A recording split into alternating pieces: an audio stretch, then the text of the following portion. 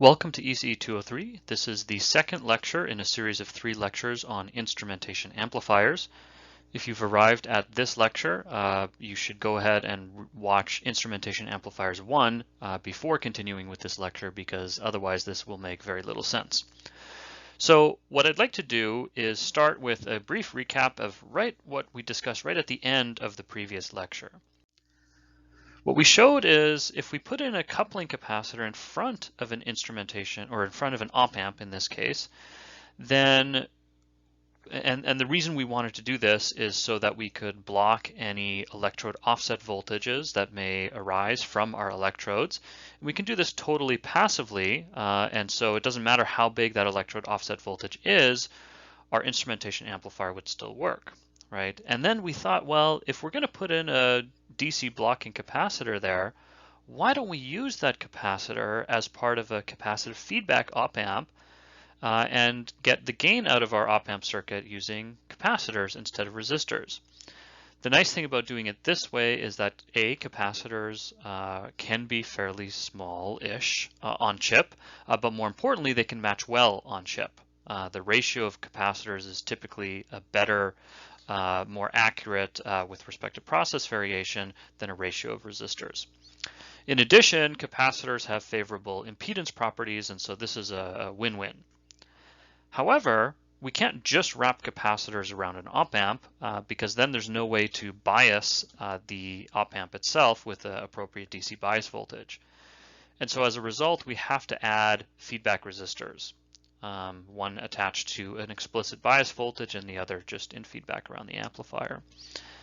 Now, we don't want these feedback resistors to adversely impact the transfer function of the circuit. So we size them to be extremely large. If they're very large, then the midband gain of the circuit will be set by the ratio of capacitors, and the feedback resistor is nothing more than basically setting the high pass corner frequency of the high pass filter that results from the circuit. So in the last lecture, we went ahead and analyzed this circuit, assuming that the op-amp had a finite gain of A. And then if we make some simplifying assumptions, we see that, it's basically just a first-order high-pass filter.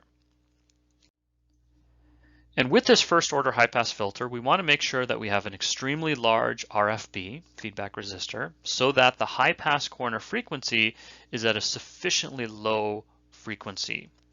And then we said CC needs to be bigger than Cin to minimize attenuation. CC also needs to be larger than CFB in order to have gain through the circuit, and so on.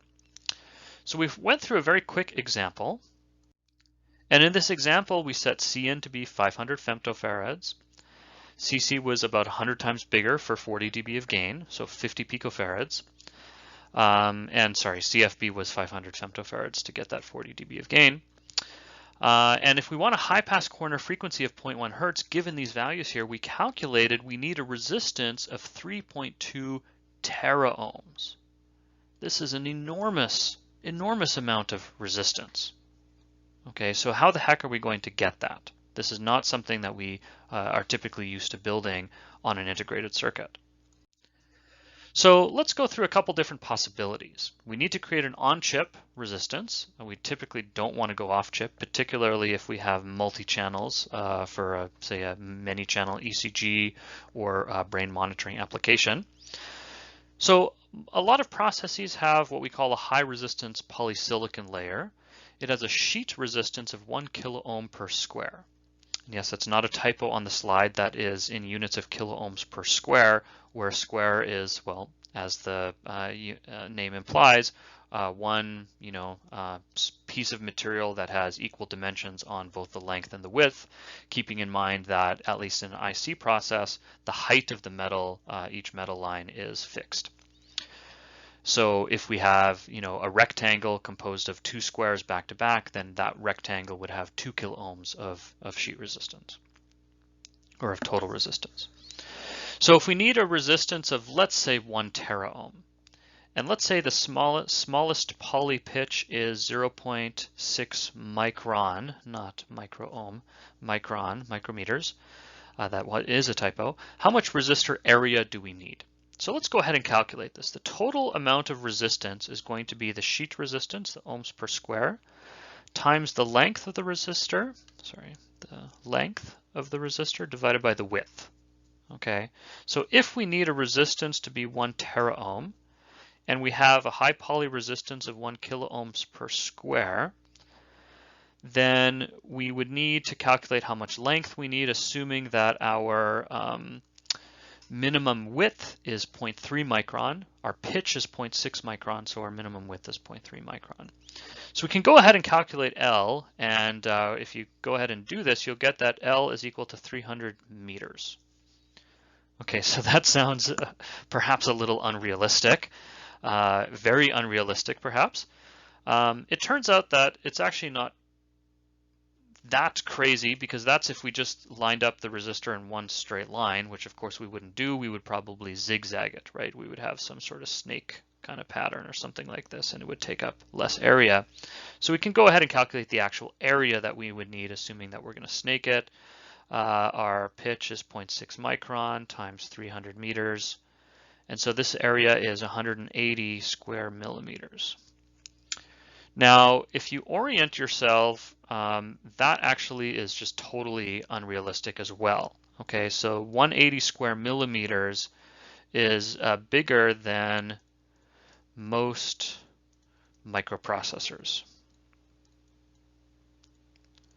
So we really don't want to be building our tera ohm resistors using high polysilicon, because this is going to be a huge area of silicon, extremely expensive resistor, and frankly this area is too big, certainly for neural monitoring applications, and just totally wasteful for things like ECG.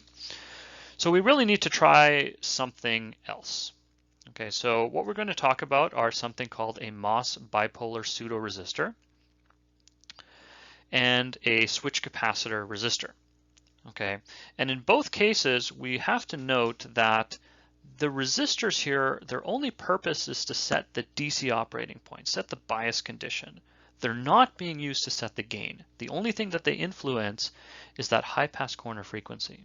So as long as the high pass corner frequency is low enough, we don't care what the actual value of the resistor is. As a result, we can tolerate something that has perhaps even a high degree of process voltage or temperature variation. Maybe that's okay in these sort of applications. We don't require good matching between these resistors, and we're going to exploit that as we go through some of our resistor possibilities.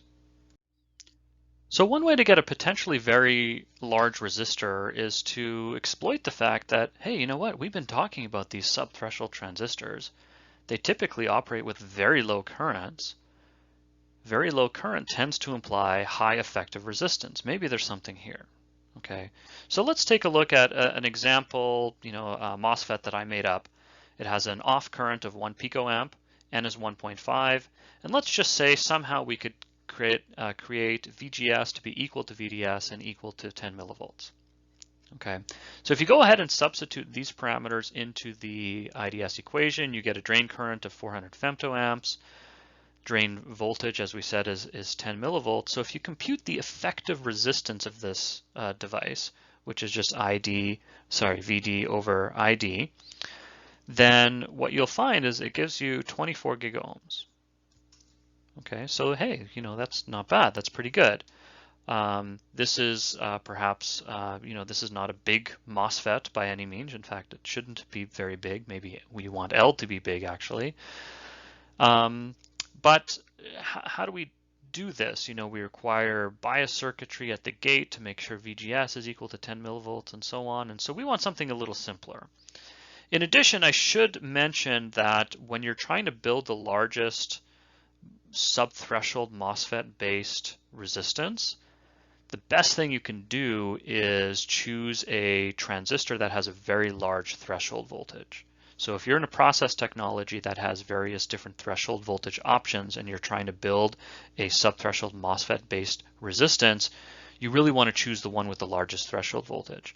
And the reason is if you plot IDS versus VGS, if you choose one with a small threshold voltage, you're going to get a subthreshold slope here. recalling that this is in the log domain. But if you choose one with a large threshold voltage, maybe the on current is about the same, but then the threshold voltage stops way earlier, and what you'll see here is that there's a huge difference in the amount of current that's flowing through your device here at when VGS is small. And so if you have the choice of a small or a large threshold voltage transistor to implement your subthreshold MOSFET-based resistance, you definitely want to choose the large VT device. This is far more impactful since it's in the exponential function of the I-off term than, say, changing the W over L ratio, which is just a linear relationship. So better to choose a large VT device for these sort of things. Okay, so, but the question we were trying to answer for ourselves is there a simple way for us to implement the biasing for this circuit? And the answer is there is a circuit called a MOS-bipolar pseudoresistor. Okay, so this is the schematic is shown right here. Okay, and the idea here is you basically just diode connect a PMOS transistor. And what ends up happening is you get a circuit that kind of looks like two back-to-back diodes. And I'll explain what I mean by that here. So if in this drawing here where I'm showing the full layout, if VO is larger than VF, then effectively this basically just works as a diode connected PMOS. So it looks something like this.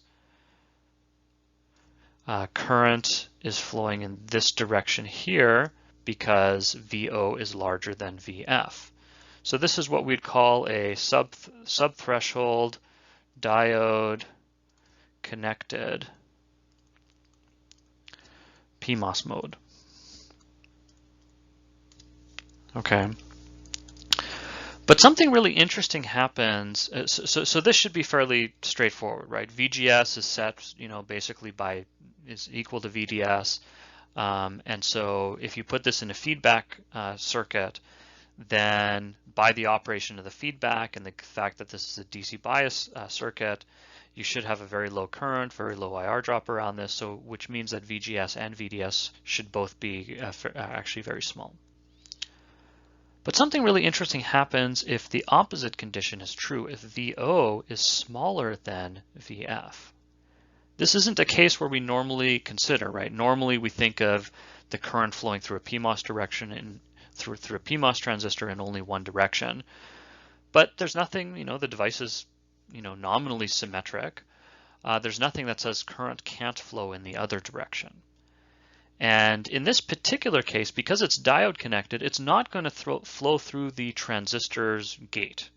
Okay, it's not going to do that because the channel isn't going to invert strongly enough and so on and so forth.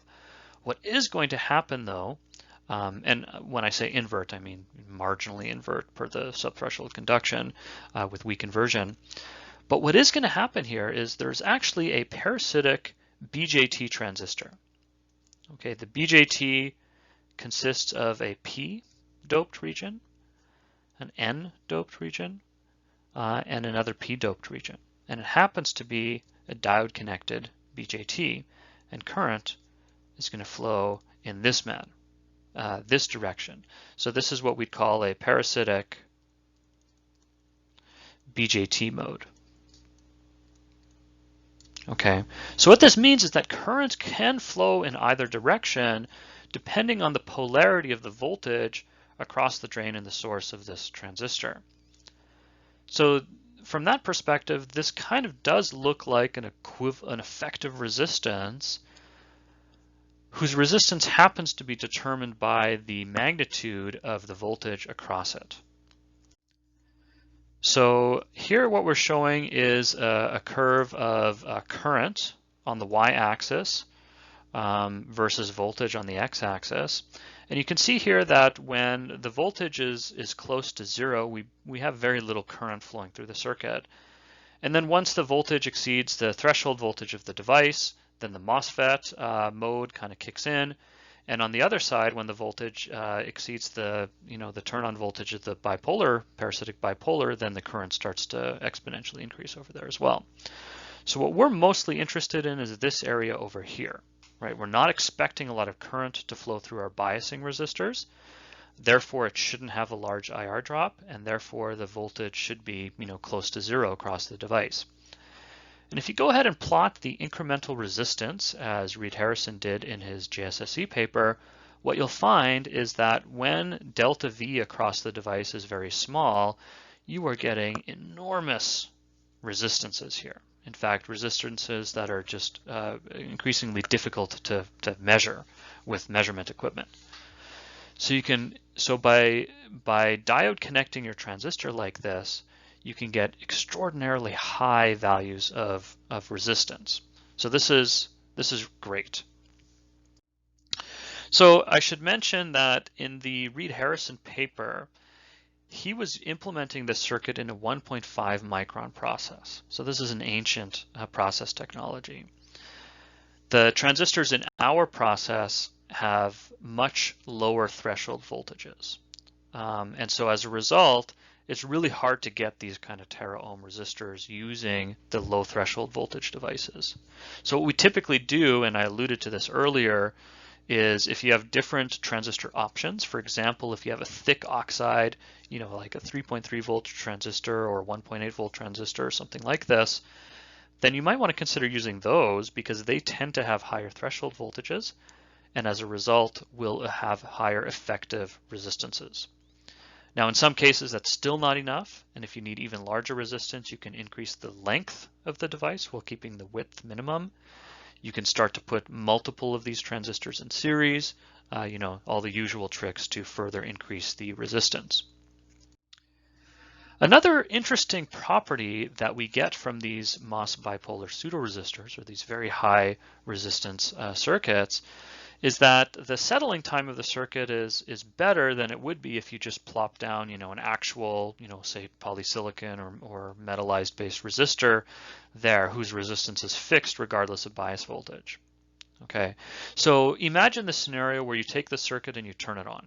At first, the power supply, all of the nodes in the circuit is all zero, and then you turn the power supply of the circuit on, right? So you've attached some power supply to this op amp. Now, V in 1 is not nominally equal to V in 2. V bias needs to kind of have a rise time and so on. So there's going to be some settling that this op amp has to deal with.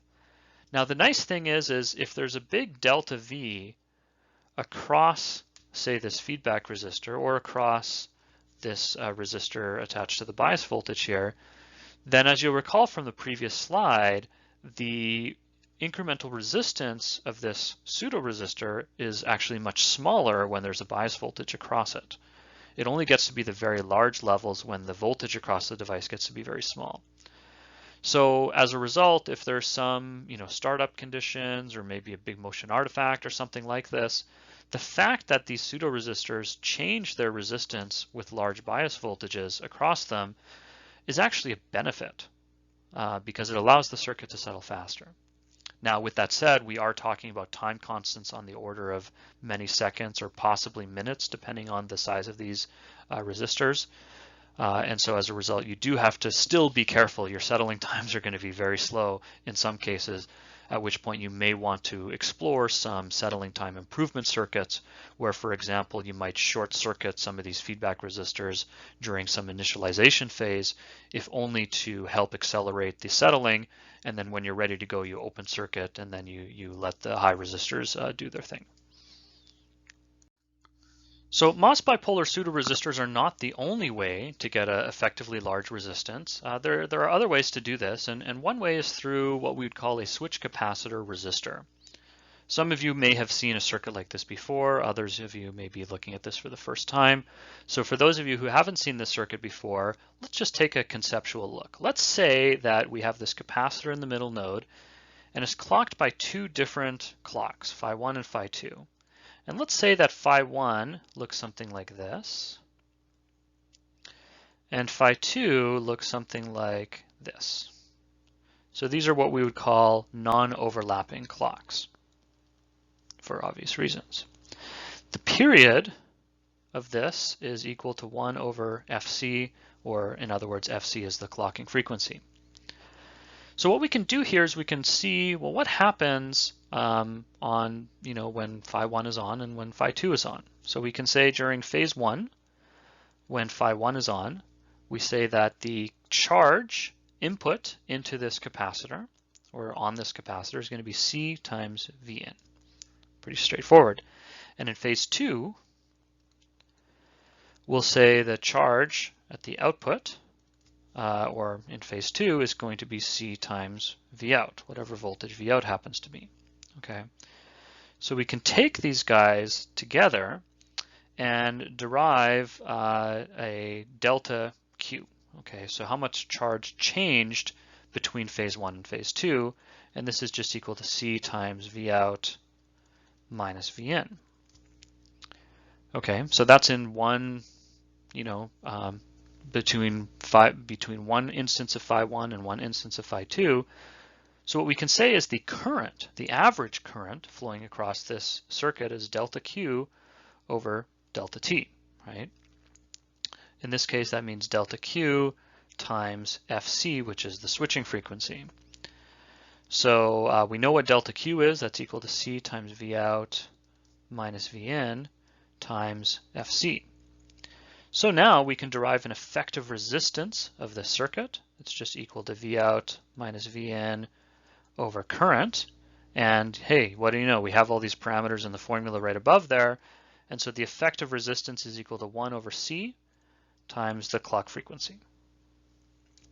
Okay, so intuitively, you can think of this as a resistor, as in phase phi 1, we take a little bit of charge from the input, we store it on our capacitor, and then when phase phi 2 happens, we take that little bit of charge and we move it along to the output. Okay, that's basically like what a resistor does. It takes charge from the input and moves it on to the output, except in this case, we're doing it in a discrete time manner. Now in this particular case, the actual amount of the resistance is inversely proportional to the capacitance and the switching frequency. So the smaller the capacitance, the lower the switching frequency, the higher the effective resistance. And that also makes intuitive sense, because if we have a tiny capacitor, it can only hold a little bit of charge. And so as it shuttles charge from the input to the output, it just doesn't have that much capacity, and so therefore, it'll take a long time. Think of it like maybe like a bucket brigade for firefighting or something like this. If you have a large bucket of water and you want to move that water from one reservoir to the other, if you take a big bucket, you can move a lot of water and it won't take you too long. And if you have a tiny thimble, then boy, that's going to take you a long time to move that whole bucket of water. Right? And then of course the frequency is, well, how often are you taking scoops of water and moving it over? The faster the frequency, the quicker your job will be, and the faster the average current flow would be. Okay, so if we want a large resistance, we need a small capacitance and a small switching frequency. So let's go ahead and do a calculation. So in this example, let's say our minimum capacitance size is 10 femtofarads. Which is actually fairly low for on-chip applications, but maybe it's possible. And we want a 1 tera ohm input impedance. Well, we can go ahead and calculate our effective clock frequency. It's equal to 1 over 1 tera ohm times 10 femtofarads, and that is equal to 100 hertz. Okay, so damn, that's right in the middle of our band of interest. We really don't want to be switching our resistor at the same frequency that we're trying to measure something. Okay, ideally we want to switch the resistor at a higher frequency than the bandwidth of our signal of interest, so that the switching phenomena that's going on during a single cycle basically gets filtered out. So one way to increase the effective resistance of a switched capacitor resistance circuit is to use another topology. There are many different types of switched capacitor topologies available, published in the literature and so on. Here's one example that happened to be implemented in the paper by Naveen Verma. And in this particular case, this is a single-ended resistor. In other words, we have Vn, and then the other side is tied to a DC potential, AC ground, basically. So we can analyze the circuit in the following manner. In phase 1, we can say that the circuit is, when phi in this case is high, the circuit is arranged in the following structure. We have two capacitors in series. We'll call this C1 and C1. And let me just label these capacitors here, C1 and C1. And on this side, we'll call these guys C2. Okay. So in phase one, we can say that Q in is equal to C2 times V in. Okay. All right. Then in phase two, something a little funky happens. What we do is we take those C1 capacitors and we put them in parallel. So we go from series to parallel, which is something that you'll hear a lot if you end up working in switched capacitor circuits. But in addition, we then take these C2 capacitors and stack them in series. And interestingly, this whole phase is totally disconnected from the input.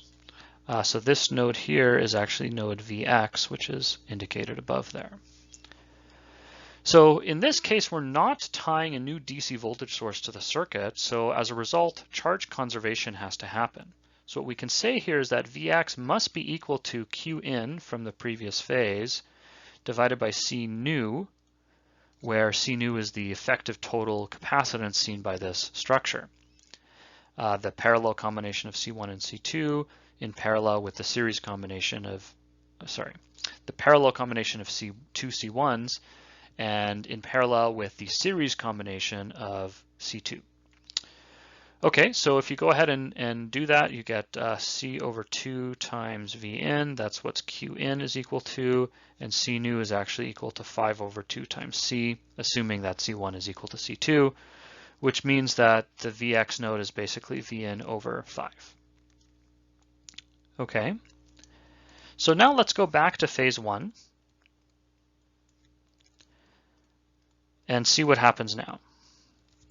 Okay, so Q1 old, right as we kind of put the circuit back to where it was before, is equal to 2 times C1, and each of C1 now holds Vx on it, right? Because that was what was in the case in phase two. So this expression is equal to 2 times C1 times V in over 5. So as we rearrange the circuits, say for example, right before we connect V in, this will be the charge on the circuit. But of course, then we hook up V in, and so V in will charge or discharge the capacitors to the new voltage, which is going to be C1 over 2. C1 over 2 times V in. If in this case, of course, it's charging the capacitors, not discharging them. Okay, so we can now calculate the effective resistance. R is equal to V over I.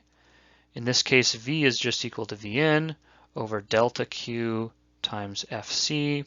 So this is V in divided by this delta Q. So that's C1 over 2 V in minus 2 times C1 V in over 5 times FC, which is equal to 1 over 1/2 minus 2/5 times C1 times FC, which is equal to 10 over C1 times FC.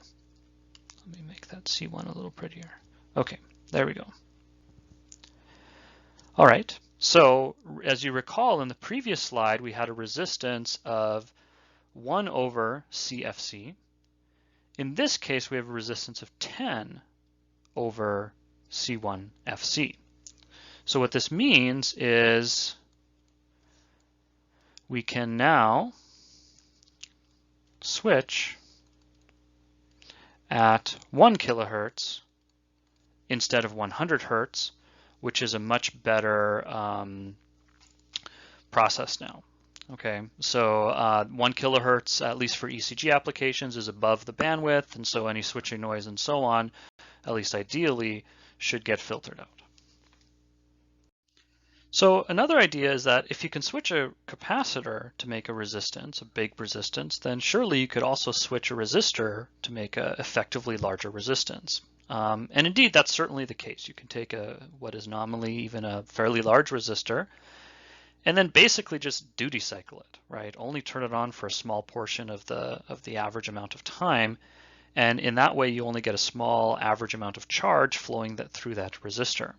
So for example, if you have a duty ratio of, in this case, capital D of 0.001, then you're going to get an effective multiplication of the resistance that you have here by 1 over 0.001. So the average resistance in this particular case is R over D. So this could be another effective technique if you need to get a large resistor and want to do this while relying on a physical resistor rather than on a capacitor for any particular reason. Now, one note is that if you are going to do this in parallel with a capacitor, say for example in your feedback loop of your op-amp, and you need that value of the capacitor to be very precise, say for setting a gain or for other purposes, then you may want to use a special switch. Rather than just a single transistor, you may want to implement a switch as indicated here. This is a parasitic capacitance isolated switch, which basically is nothing more than having a dummy switch there such that when the switch is on or off, you see the same amount of parasitic capacitance on the in node here. And that allows for the effective total capacitance in the feedback circuit to remain constant regardless of what condition the switching arrangement is in. So let's just summarize this. We said that if you want to build a large resistor, you're probably not going to want to do this with a high resistance poly. It's just not going to be effective use of area in your circuit. In fact, what we'd prefer to do is build a subthreshold MOSFET, because subthreshold MOSFETs have low current. And if you can apply them across a very small voltage, then they'll have a effectively large resistance. But because this is difficult to bias up correctly, a good suggestion is to use what we call a MOS-bipolar pseudoresistor, which if you're using a high threshold voltage device, can offer extremely large resistances and do so without having to really worry about the biasing conditions because of the diode connected PMOS in the one direction and the parasitic BJT in the other direction.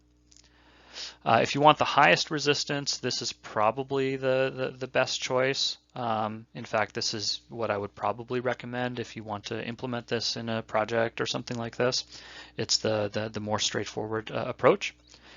If you do want better control over the exact amount of resistance, then a switch capacitor resistance is perhaps a better choice. It can offer what I say medium to large resistance in a fairly controlled way. But does require a clock and therefore power consumption and so on. And then we said duty cycled resistors are also another interesting possibility. So let's now look at the instrumentation amplifier that Reed Harrison ended up building in his JSSC paper. So you should note that this actually looks pretty similar to what we were looking at before. We have a coupling capacitor C1, we have feedback capacitor C2, and in order to provide biasing, we have these two transistors here, which are just two MOS-bipolar pseudoresistors.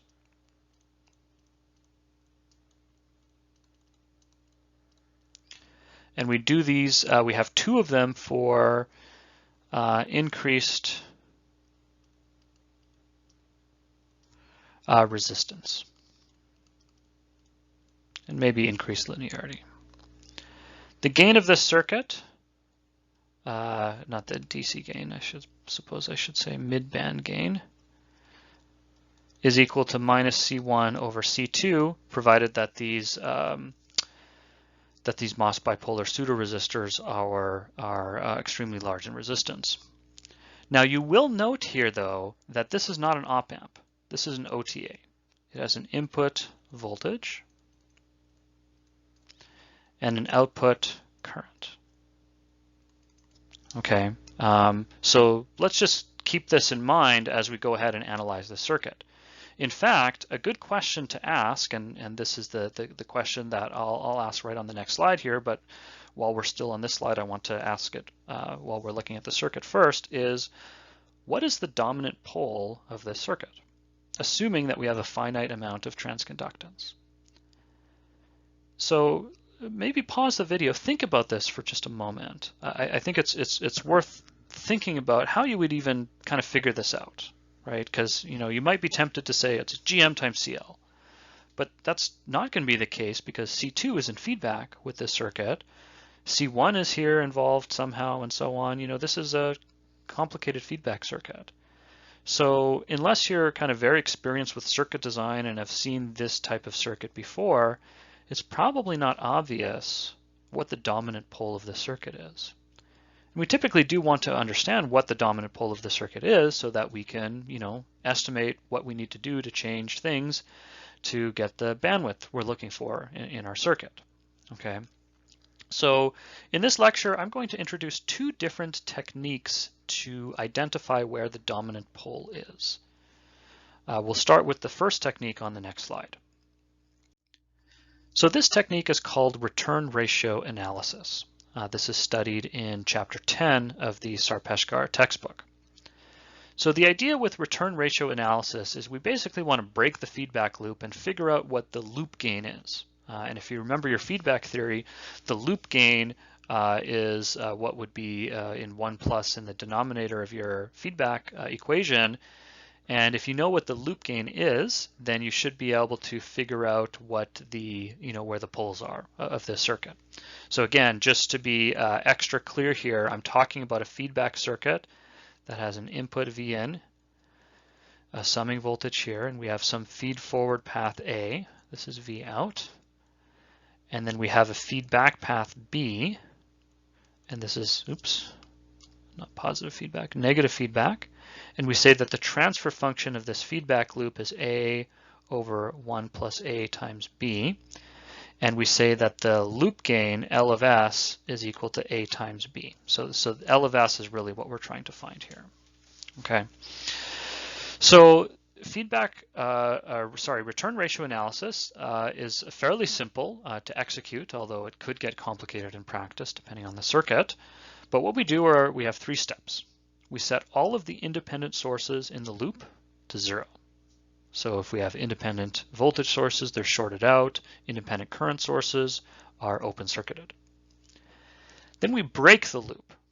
Ideally, we choose somewhere convenient to break the loop, typically at the input of an op-amp or something like this, because what we want to do is find the impedance looking into the break side, and then load the other side of the break with that impedance, so it's as if the break didn't happen. Okay. Then we insert a test signal at the breakpoint, and then we try to find what the signal that would come across the other side of the breakpoint looks like. And the ratio of these two things is going to be equal to L of S, or in other words, the loop gain. Okay, so let's go ahead and do this with our Reed-Harrison-based circuit here.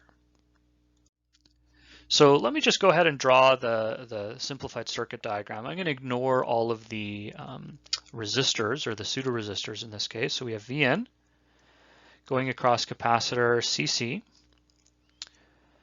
and this goes into our transconductor with transconductance Gm. Vref is going into capacitor Cc as well, and into the positive terminal. And then we have capacitor CFB, so this is Cc, CFB here. Our output is loaded by capacitor Cl. And we have feedback capacitor CFB over here. Okay, that's supposed to be a straight line, but my artistic skills are not working today. I should also mention that this voltage here is V out. Okay, so if we have a voltage here, we'll call Vx, then Vx times Gm will generate an output current called I out, right? That's what a transconductor does. So what we're going to do is we're going to break the loop right here. because looking into this OTA, we have infinite input impedance, and so we don't really have to do any special loading things on the other side when we try and find the returned ratio. So what we can do now is we can draw a circuit diagram of this broken feedback loop. Okay, so we have GM times Vx as a dependent current generator. This generates a current that goes into capacitor CL and goes into a series combination of CFB and CC, right? So remember, Vin in this case is grounded because that's an independent source in this analysis. I'm going to go ahead and call this voltage here Vy and this voltage here Vz.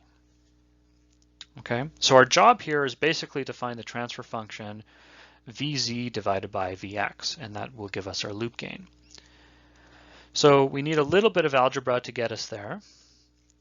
First, we find Vy, which is just Gm times Vx, times the effective load there, which is 1 over S times CL plus CFB CC divided by CFB plus CC, series combination of those two capacitors.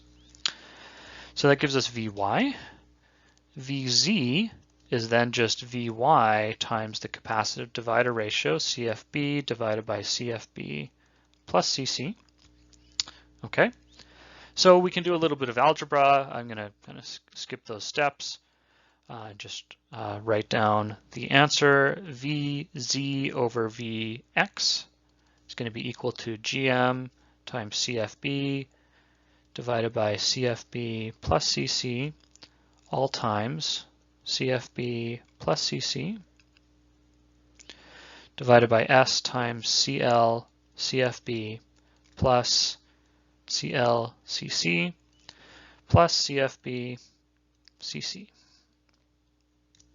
Okay, so that is the loop gain. Now, of course, these guys cancel out, making this a little simpler here.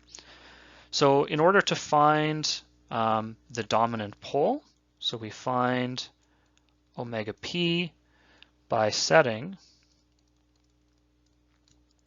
L of S is equal to 1. That would zero out the denominator and therefore give us our pole. And if we go ahead and do that, we will get omega p is equal to Gm times CFB divided by CL CFB plus CL CC plus CFB CC. Okay, so I'm going to go ahead and bet that unless you're a very experienced circuit designer, you did not guess this as the correct answer when you were looking at the circuit, because, well, it's a little complicated and it happens to depend on every parameter in the circuit. Okay, now we can make some simplifications. We can say that, let's see here. We can say that omega p is approximately equal to, some of these things on the denominator can probably fall out. So the feedback capacitor CFB is pretty small. So, and the load capacitance isn't supposed to be super big, so maybe we can say it's approximately equal to GM CFB divided by CL CC plus CFB CC, which is approximately equal to GM CFB divided by CC times CL if we also ignore the CFB term in the denominator. So it turns out it still depends on every parameter in the circuit, but at least this is a slightly more simplified approximation.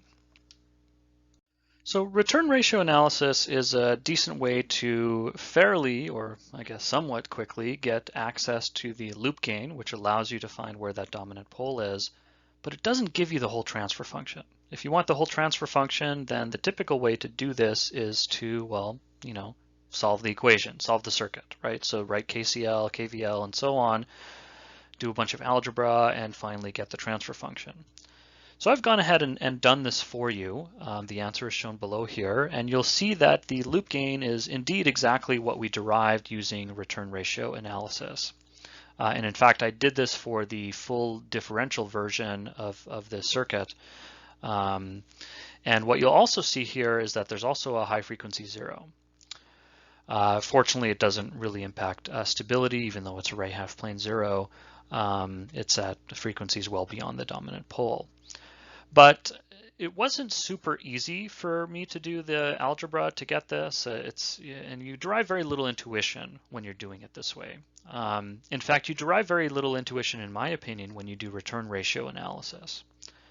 So for this reason, I'm going to introduce a different method that we can use to find the transfer function of feedback circuits.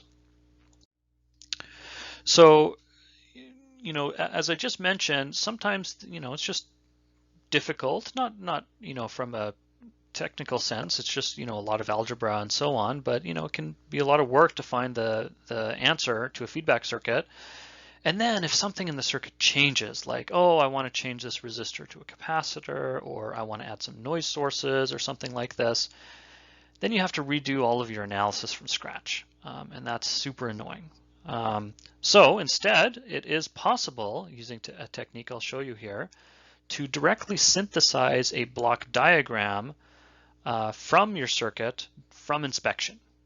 Okay, and then once we have our block diagram, it allows us to much more easily do analysis. We can just write down the transfer function. We can write down transfer functions between different pieces of the transfer function. And if we need to add things like, for example, change the component types or add noise sources and so on, you can just add and subtract the stuff from the block diagram and then just write down the answer. It's very, very convenient. Okay, so the question is, how do we synthesize a block diagram from a circuit? So this can be done using, for linear circuits anyways, using the following steps. The first step is we're going to pretend all of the nodes in our circuit just happen to be driven by independent voltage sources that just happen to have the exact same voltage that each of the nodes nominally has. Okay, so if you take a circuit and you measure, some internal node has a voltage of 0.6 volts, and you take a voltage source of 0.6 volts exactly and you attach it to that node, then no current is going to flow in or out of that voltage source. It's just kind of sitting there as if it's not doing anything. Okay, so we're going to add all of these independent voltage sources all over the circuit. And then what we're going to do in step 2 is we're going to pretend those voltage sources actually exist in the circuit. And what we're going to do is, using superposition analysis, we're going to short out all of the nodes except for the one that we're trying to analyze, and we're going to find what we call the driving point impedance. This is the impedance seen at the node that we're trying to analyze, assuming all of the other quote-unquote independent sources have been zeroed out. And then in step 3, once we've found this driving point impedance, we're going to draw our block diagram. And we're going to note that nodes communicate between nodes via a current, which can be found by multiplying the node voltage by the admittance between the nodes. That will generate the current flowing into a node, and then to find the voltage at this node, we just multiply that current by the driving point impedance that we found in step 2. And then step 4 is we just kind of continue doing this node by node throughout the feedback circuit. So that may not be entirely clear. So what we'll do is we'll go through an example, and hopefully through this example, in fact, we'll go through 2 different examples. Hopefully by the time we're done our second example, this process should be very clear. So we're going to start with kind of perhaps a strange circuit is a common source amplifier. And you might think, well, hold on, a common source amplifier, it's not a feedback circuit. It actually is if we include CGD, right? Because CGD couples the output right to the input. Okay, and when you do the analysis for this common source amplifier circuit, you will find the answer is exceedingly long and unintuitive. Okay, and it takes quite a bit of algebra to get there. So what I'm going to do is I'm going to show you how we can synthesize the block diagram for this circuit. It may not seem how this is super helpful. I think it is actually, but it'll be much more powerful in the next example when we analyze the feedback circuit we've been looking at already. But let's just do this one kind of as a warm-up. So we're going to start with voltage V in. Okay, this is our input. The voltage V in will communicate to the next node via the admittance of resistor RS. Okay, so I'm going to write the admittance as GS. Okay.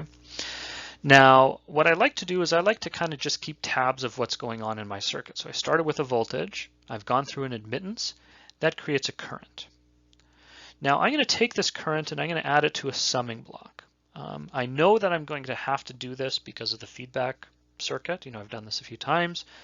It may not be obvious why you need to do that yet. You can always add your summing block in later, but rest assured that it is required in this case. Okay, so we go through our summing block, and now we want to multiply by the driving point impedance, in this case at node VGS. So if we take V out and V in and we short them out, then the driving point impedance at node VGS is just a parallel combination of RS, CGS, and CGD. Okay, so that impedance is given by 1 over GS plus S times CGS plus CGD. That is the driving point impedance at node VGS, and this will generate a voltage, specifically a voltage VGS. Okay, now VGS will communicate to the V out node through capacitor CGD, and the admittance of that is SCGD. So this will create a current, I. But VGS also goes through a transconductor. It also goes through GM, right? And that generates a current as well going into that same node. So these two currents have to add, and in fact we have to be careful about the polarity here. The GM is doing a negative and this guy is doing positive. So this generates a current into node V out. And now we have to multiply by the driving point impedance at V out. So again, in this case, we short V in, we short VGS. Because VGS is shorted, that dependent generator doesn't function in the circuit. And so the output driving point impedance is just the parallel combination of RD, CDB, and CGD. Okay, so that's equal to 1 over GD plus S CDB plus CGD. Okay, and that gives us our V out node. We're not quite done yet though, because V out can also communicate back to VGS through feedback, through capacitor CGD. So the admittance of that is CGD here, and this goes back over here, and actually if we're being careful about the signs, these are actually plus signs. So again, just a reminder, this is a voltage and this is a current, and indeed current is summing, so everything here is self-consistent. So again, what's nice about this is we now have our full block diagram. And this, by the way, there's no approximations that have been made here. This is exact analysis. If you go ahead and go through this block diagram and crunch through the math and so on, you will get the exact transfer function h of s as listed on the bottom of the slide. And as you can see, it's actually rather complicated, even though this is a fairly simple circuit. So this is not an approximation, and it's convenient because we could go ahead and add and change things and so on. Although, frankly, you probably wouldn't do this for a common source amplifier. I just wanted to do this more for basically practice and warm-up purposes. So what you would do this for is for the feedback circuit that we've just been analyzing. So let's go ahead and construct the block diagram for this feedback circuit. So we're going to start with Vn.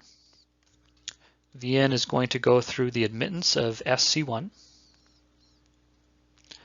which is going to generate a current. Again, I know I'm going to need to sum this current, so I'll just put the summing block here.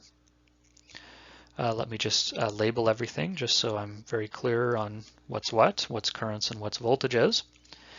And then I'm going to multiply by the driving point impedance at the Vx node. I'm going to call that Zi. Zi, if I zero out V in and V out, well, it's just a parallel combination of C1 and C2. So that's equal to 1 over S C1 plus C2.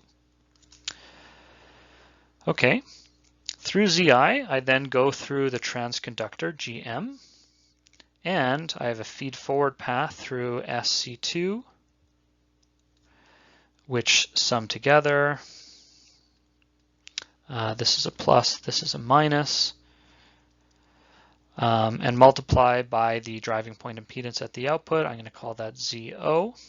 So again, this is a voltage, this is a current node, and Z, after multiplying by the driving point impedance, this is going to create a voltage node, and specifically that's Z or V out. And ZO is just nothing more than the parallel combination of CL plus C2. And then we know that V out is going to have a feedback component that goes through C2, SC2, and there we go. So you might be looking at this circuit, and in addition, the previous circuit that we derived, and say, hey, professor, hold on. This looks like positive feedback. You have a plus sign on the feedback node. And from this particular perspective, you're right. That is a plus sign. That's not a typo. But this is not a positive feedback circuit. And the reason is because the transconductor path, GM, has a minus sign on it. And it turns out transconductance GM is much larger than the feed forward through SC2. And so this GM path dominates.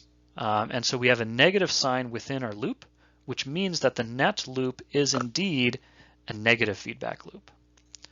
But sometimes we want to simplify things a little bit. We want to go ahead and take out this negative sign outside of the feedback loop to make it look like a normal negative feedback loop.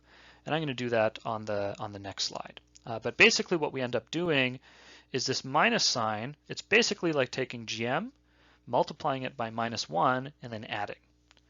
So we can take this -1 block and we can move it past ZO. That doesn't change the loop at all. And then we can move it past the feedback point all the way to V out.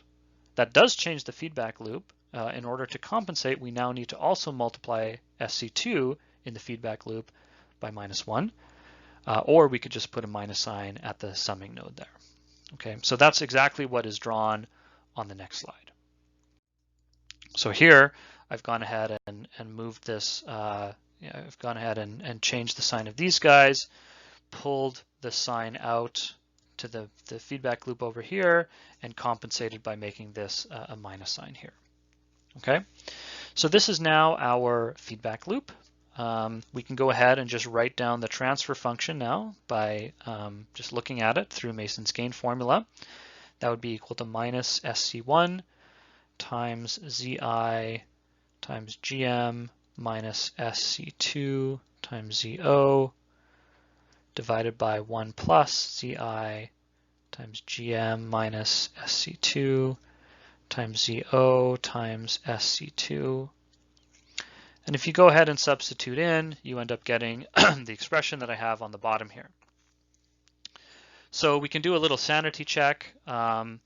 If GM is large or frequency is 0, then this is equal to minus C1 over C2. This is for S equals 0 or large GM. And so this is good, right? So this sanity check seems to say that, hey, the answer from our block diagram seems to indicate what we would have intuitively expected. So this is all good. And in fact, I had already showed you the answer for this circuit earlier, and it looks, hold on, it looks almost the same. Why isn't it exactly the same? Well, it's not exactly the same because if you go back and look at the circuit that I showed you earlier, I was actually analyzing the fully differential to single-ended output circuit, whereas in this block diagram case, I was only analyzing a single-ended input to single-ended output case here. And so as a result, we still get that right half plane 0, but it's off by a factor of 2 because we didn't take into account the other portion of the differential input. If you did do that, which you certainly can in the block diagram method, then you would get the exact answer that we got earlier. Okay, so hopefully now you see how this block diagram analysis technique can be potentially very useful when we're analyzing what could be potentially complicated feedback circuits. And in fact, we're going to do this on a full instrumentation amplifier that we're going to study shortly. So I'd like to dive a little bit more in detail into the Reed-Harrison design. In this case, I want to start looking at the transistor level circuit design, in particular for the OTA. So the OTA he ended up using here is shown here. And basically what happens is you have a differential input signal tied to a differential pair. That will generate a current, let's say flowing through M1, which gets mirrored through M3, which gets mirrored up through M5, through M7, through M8, and to the output over here.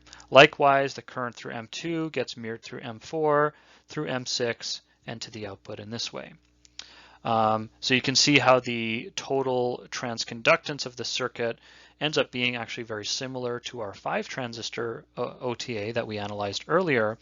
In this case, the GM of this circuit is just given by the transconductance of the input pairs. Okay. Now you will note here that in this particular case, Reed-Harrison had implemented the input pair as PMOS transistors, because in the process technology he was using, recall I believe it was a 1.5 micron process, the PMOS transistors had lower 1/F noise due to the N-type poly gate that had less trapping and therefore had a slightly buried channel, which reduced trapping and allowed for less flicker noise. Noting that in more modern processes that advantage is no longer present, and you could flip this around and have NMOS input instead of PMOS input. In fact, what most people do nowadays is they use both NMOS and PMOS inputs together in a current reuse strategy to further augment the overall transconductance. So what I'd like to do is I would like to analyze the noise of this particular circuit.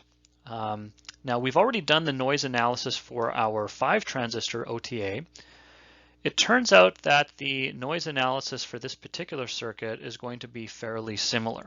Okay, so we can write down the transfer function for each of the individual transistors from their noise generators to the output. So for transistors M1 and M2, it turns out that just like the 5-transistor OTA, all of the noise generated by M1 and M2 finds their way to the output, and therefore the transfer function is equal to 1. Now this is of course assuming that the RO of these transistors can be neglected. Okay, transistors M3, 4, 5, and 6. These are all the bottom NMOS transistors here. Just like in the 5-transistor OTA, all of these transistors have transfer functions of 1 from their noise sources to the output. Transistors M7 and M8, yep, as you guessed it, transfer function is equal to 1. And then the cascodes, these cascode transistors here, their transfer functions are 0 for reasons that hopefully everyone should all by now have a good intuitive understanding. So we can go ahead and derive the total input referred noise, that's Vn in of the OTA itself. So we take the total output referred noise and then divide by the total transconductance squared. So that's equal to 1 over GM1 squared times I in 1 plus, 2I in 1, I'm going to assume M1 and M2 are the same, plus 4I in 3, again assuming transistors M3, 4, 5, and 6 are all the same, plus 2I in 7, assuming transistors 7 and 8 are the same. Okay, so that's our total input referred noise for our OTA. But we didn't assume what mode of operation any of these any transistors are operating in. let's go ahead and analyze how we want to optimize, say, for example, the sizing of this circuit. So let's recall that in subthreshold, the noise current of a subthreshold transistor is equal to 2qi. Remember, I asked you to memorize this. Now, I is equal to Gm times n phi t for a subthreshold transistor, which is equal to 2q Gm times n. Phi t is just equal to kt over q, which is equal to 2kt n times Gm. Okay. In above threshold, we also know that the noise current is equal to 4kt times gamma times Gm. So both of these guys are proportional to Gm, right? So what we can say is that the input referred noise, in this case, is proportional to, I'm going to not carry around all the constants and so on. It's proportional to 1 over Gm squared, but I'm going to push one of those Gm's into the brackets here. I'm going to leave one of them out, 1 over Gm1. Now this first noise term was proportional to Gm1, so that cancels out, so that's just equal to 2 plus 4 times Gm3 over Gm1 plus 2 times Gm7 over Gm1.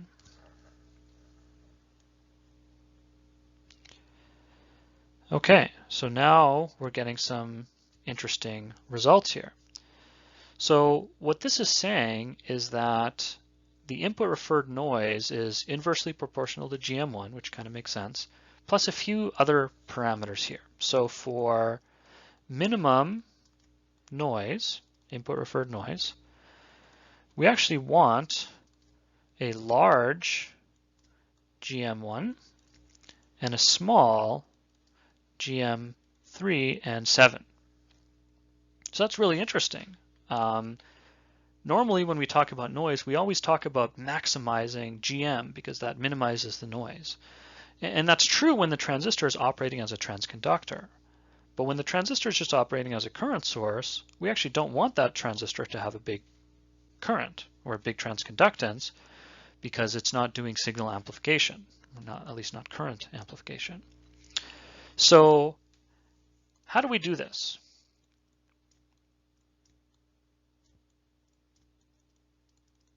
For biasing reasons, probably all of the branches have the same current, right? So since they all have the same current, what are we going to do? Well, we actually have the tools to answer this. What we're going to do is we're going to put Gm1 in subthreshold. Perhaps that was obvious, perhaps not, but we want Gm1 in subthreshold. And if the other transistors need to have less transconductance but consume the same amount of current, the only way to do this is to put Gm3 and 7 in above threshold. Just because they have the same current doesn't mean they have to be in the same region of operation, right? So if you recall, we have our transconductance efficiency curve, Gm over ID versus ID, and it looked something like this, right? When we're in subthreshold, for the same amount of current, we get a lot of transconductance, and yet when we're in above threshold, we don't get a lot of transconductance. Remember, subthreshold was a much more efficient mode of operation, at least for the purposes of transconductance. So in order to do this, we basically just have to rely on sizing. So as long as we size our transistors appropriately, they have a large W over L ratio for transistors M1 and M2, and a small W over L ratio for all of the other transistors, that will help ensure that the input pair transistors are indeed biased in subthreshold and all the other transistors are biased in above threshold. So assuming we go ahead and do this, and let's just assume for purposes that gamma is equal to 2/3, which we know isn't quite a great assumption anymore, but let's just go ahead and make that assumption. Then we say that the input referred noise divided by delta F is equal to 1 over GM1 squared times 2 times 2nkt times GM1. That's for that first transistor, or for the input pair, plus 4 times 4kt gamma times GM3. That would be for transistors M3 through 6, plus 2 times 4kt gamma times GM7 for transistors M7 and M8. So we can go ahead and simplify a little bit. That's 16kt over 3 GM1 times 3 over 4n plus 2 GM3 over GM1 plus GM7 over GM1.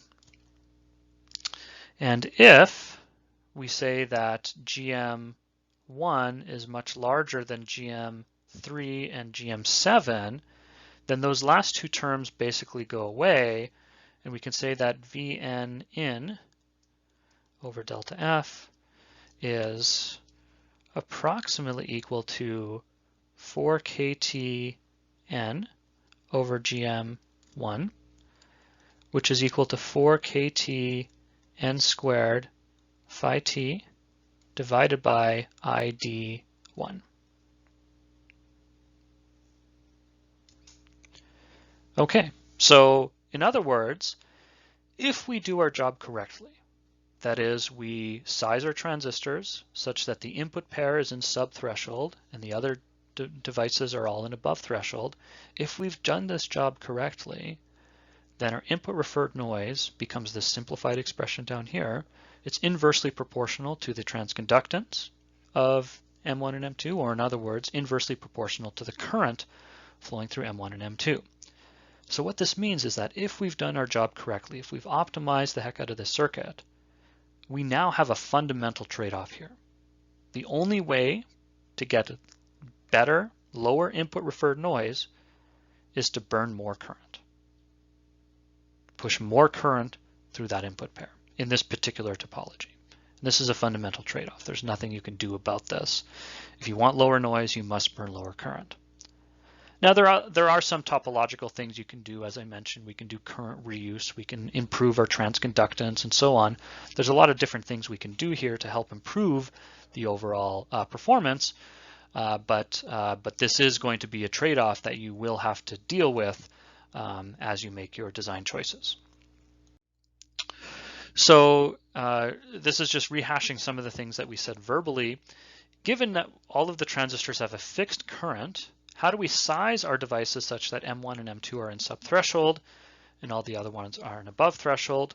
Well, what we want to do is we want to make M1 and M2 have very large, and when I say large, I mean a large W over L ratio, and all others have a small W over L ratio. Okay. Now, is there an upper or lower limit to our sizing? For transistors M1 and M2, you could make these huge, but we do not want them to be too large, or we do not want too large input capacitance, right? Because then otherwise we'll be attenuating our signal for signal attenuation reasons. And it turns out also for noise reasons, which we will describe momentarily. And the others, there's a lower limit, although in practice it doesn't really matter too much, for stability reasons. You can make these things pretty small and it'll be okay. So far we've only looked at the input referred noise of the OTA itself. but the OTA doesn't exist on its own in our circuit. We put it in feedback to build our instrumentation amplifier. So the question then is, how do we find out what the input referred noise of this whole structure is, not just the OTA operating on its own? So in other words, the OTA in this particular circuit is generating noise. The feedback resistor RF is also generating noise. Even if it's a pseudoresistor or a switched-capacitor resistor, it still generates noise. So how do we refer these sources back to Vin? Well, it turns out we've already did most of the work. Okay, we've already constructed our block diagram. All we have to do now is just add a few things and we'll be off to the races. Okay, so in this particular case, we're going to add the noise sources. This is the noise for feedback resistor and for the OTA, so we add our noise sources. Okay. In this case, we're going to include RF because we didn't in our first pass at this block diagram. And the other thing we're going to do just to make our lives a little simpler is we're going to ignore this feed forward path because it is dominated by GM. Yeah, we might miss a right half plane 0, but it turns out it's not a big deal, so it's easy to neglect this. And we typically do this in feedback loop design anyways. Now in this particular case, the driving point impedance at the input needs to be updated. It's equal to 1 over SC effective plus GF, where C effective is just the combination of CC plus CF plus Cin. And then ZO is equal to 1 over SCF plus CL plus GF, where again GF is just equal to 1 over RF. Okay, so look, that's done. We now have our new block diagram. It includes our noise sources, so we can go ahead and find those transfer functions to the output. We can find the transfer function from the signal to the output and do our normal input referred noise steps. But before we do that, I do want to make a few simplifications. Otherwise, the algebra will get fairly messy. The driving point impedance at the input.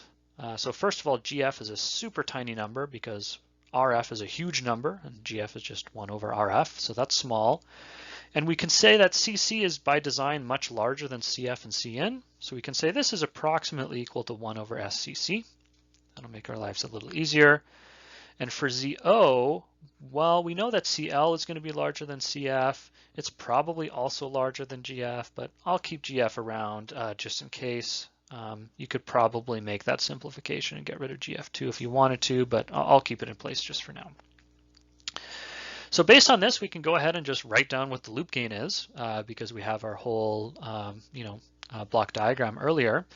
And interestingly, we get the same result as before, but now with the ability to analyze noise. Now, the other thing that we should mention here is that the loop gain, when simplified, GM times CF over SCC times CL, is generally large for nominal values of GM and frequency and capacitors and so on. So if the loop gain L of S is large, then we can safely approximate the closed loop gain as the reciprocal of the feedback factor, right? So what I mean by that is if we have a feedback loop that looks like this, A of S with feedback B of S,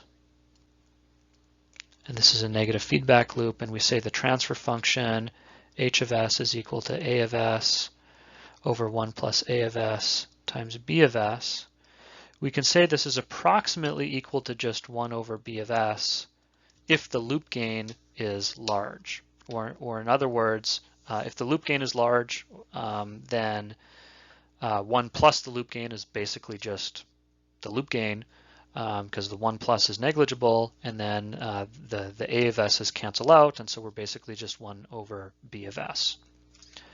So if we use that approximation, we can greatly simplify our block diagram.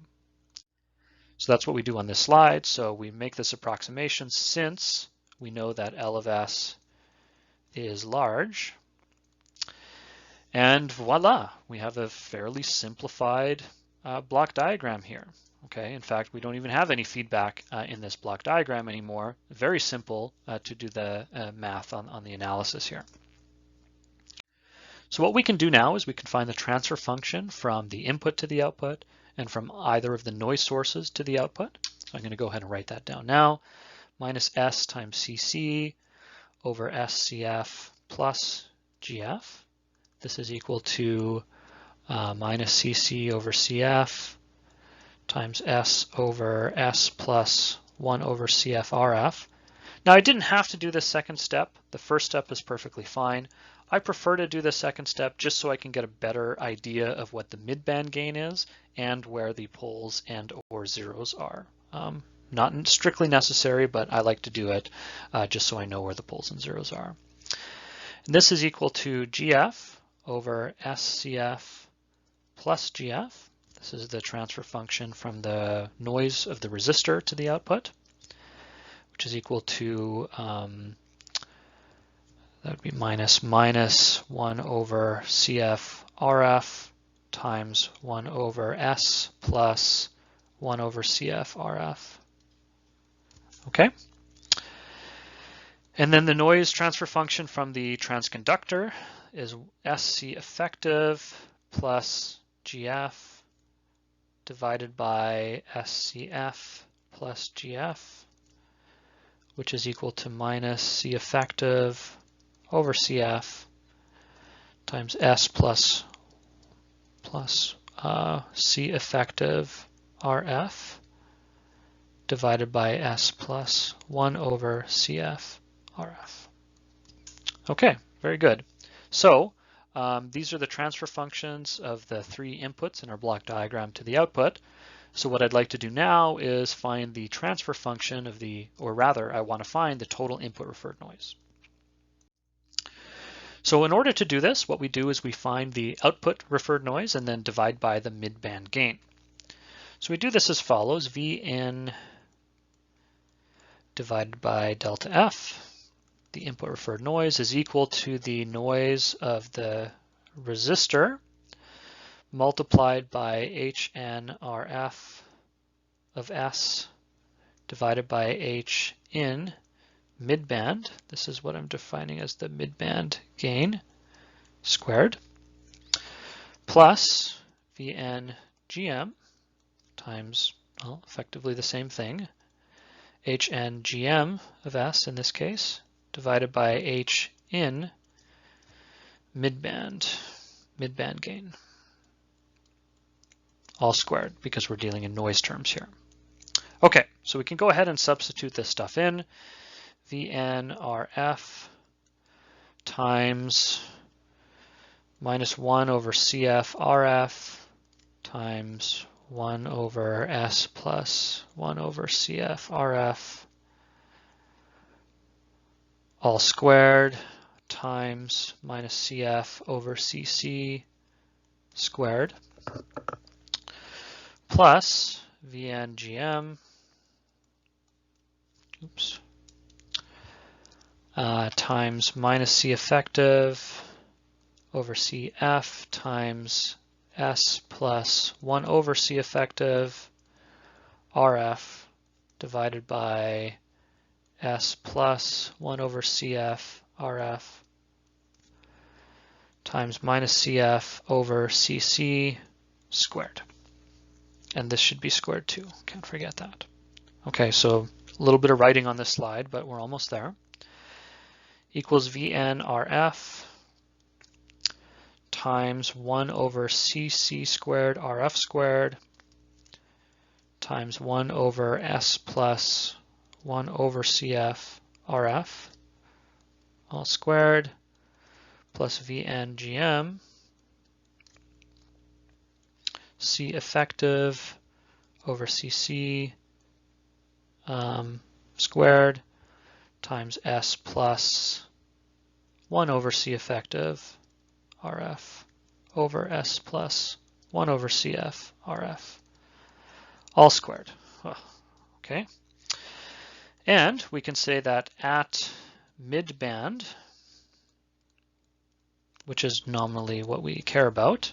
We can say this is approximately equal to, we can kind of get rid of those poles and zeros. The noise of the resistor is 4 kT RF divided by CC squared RF squared. So you can see there's an opportunity to get rid of one RF and one square term here, plus VN GM, which is the expression we derived earlier, times CC plus CN plus CF divided by CC all squared. Now this guy here should include shot noise and 1 over F noise, although we didn't derive what the 1 over F input referred noise was before. Okay, so this is the total input referred noise of our OTA now in feedback. So what can we learn from this?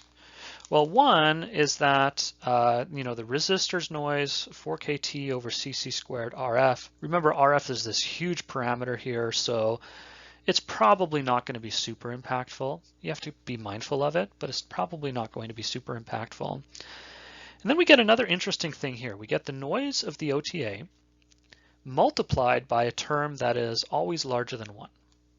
Now, if CC is much larger than CN and CF, as we nominally want it to be, then this should be just basically barely larger than 1. So it's basically just the input referred noise of the OTA. But this does show you why you do want to keep a lower bound, or rather an upper bound, on the size of your input transistors, because we don't want Cn to be too big. If Cn is too big, then all of a sudden this term, which is squared, might get much larger than 1, and as a result you could have much larger input referred noise across your feedback system than you would have if your OTA were just operating on its own. So that discussion is basically just shown here on this slide. We want to make sure that CC is much larger than CN and CF in order to minimize the input referred noise across the entire feedback circuit. So let's just summarize what we've talked about so far. When we started analyzing this instrumentation amplifier, we quickly realized that it was a little bit too complicated for manual analysis. So as a result, we wanted to do this block diagram synthesis method to help us. If we made smart assumptions about what went into that block diagram, we could really simplify it. We could add in all of these other things. We didn't have RF at first. We didn't have our noise sources at first, and so on. We used our simplified transfer function, simplified block diagram to find the transfer function of all of our inputs to our output, and then we could refer everything back to the input for our input referred noise analysis. So this is exactly what we just did. Now this is some plots taken from another paper written by Reed Harrison, this time for the Proceedings of the IEEE, discussing, well, basically exactly what we had just discussed in terms of midband noise. But he also shows, the full transfer functions, where the poles and zeros are, where the noise from the resistor is coming from, where the noise from the OTA is coming from, and so on and so forth. I do recommend looking at that paper if you want more information, but really everything that we've studied so far everything is well described based on the equations that we've constructed. Okay, so I think we will end this lecture here. In the third and final instrumentation amplifier lecture, we're going to talk about noise efficiency factor, benchmarking designs, flicker noise mitigation techniques, and a few other things.